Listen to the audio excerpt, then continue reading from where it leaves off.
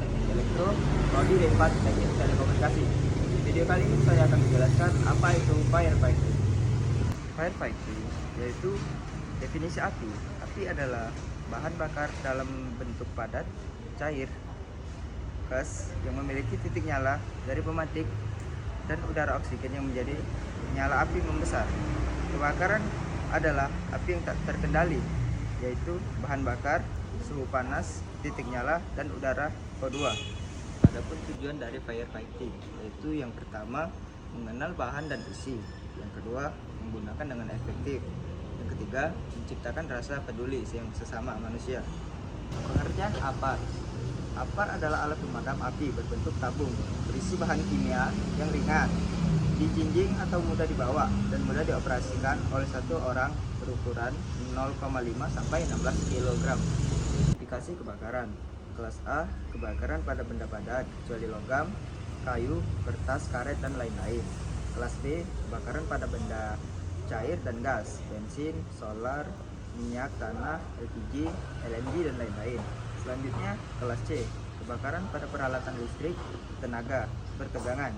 Kelas D, kebakaran pada benda logam, magnesium, sipnium, dan titanium, dan lain-lainnya. Selanjutnya, mengenal isi tabung apar, yaitu yang pertama ada water atau air, yang kedua ada foam atau busa, selanjutnya ada dry powder, selanjutnya ada CO2, dan selanjutnya yang terakhir ada gas halon. Isi apar yaitu yang pertama ada apar air water. Apar air water adalah tabung apar yang isinya air tawar sebanyak kapasitas. Tabung kemudian diberi pendorong N2 atau cartridge atau dengan dipompa secara manual. Kemampuan pemadam untuk kelas A sifatnya mendinginkan atau mempunyai daya serap panas yang besar. Air beratnya relatif stabil, mudah disimpan dan mudah didapat. Selanjutnya yaitu apar isi powder.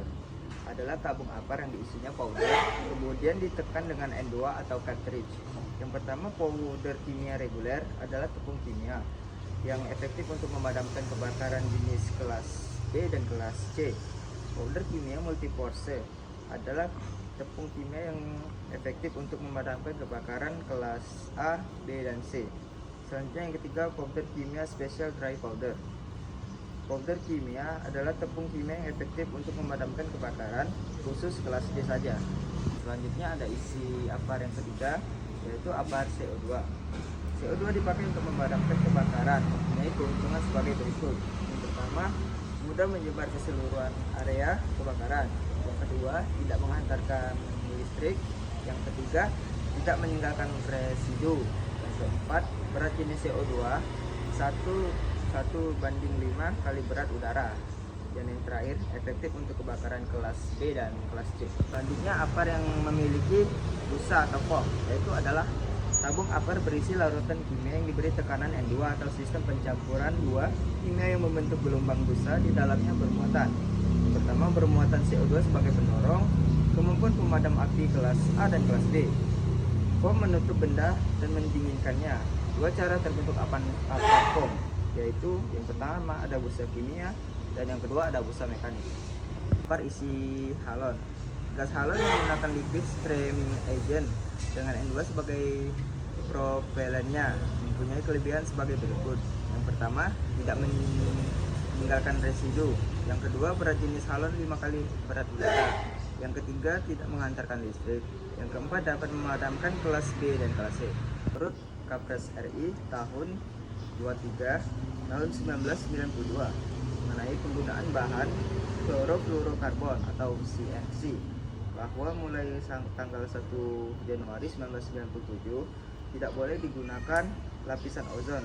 Lapisan ozon adalah lapisan yang terdapat pada stratosfer bumi, lapisan udara yang berada antara 10 sampai 60 km dari permukaan bumi, yang berfungsi melindungi bumi dari sinar ultraviolet matahari yang membahayakan makhluk hidup.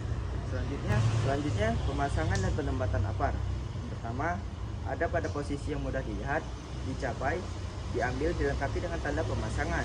Yang kedua, sesuai dengan jenis dan kelas kebakaran benda yang dilindungi. Yang ketiga, harus menggantung pada dinding atau dalam lemari kaca. Yang keempat, ketinggian 15 sampai 120 cm dari lantai. Yang terakhir, pada suhu antara 4 derajat Celcius sampai dengan 49 derajat Celcius.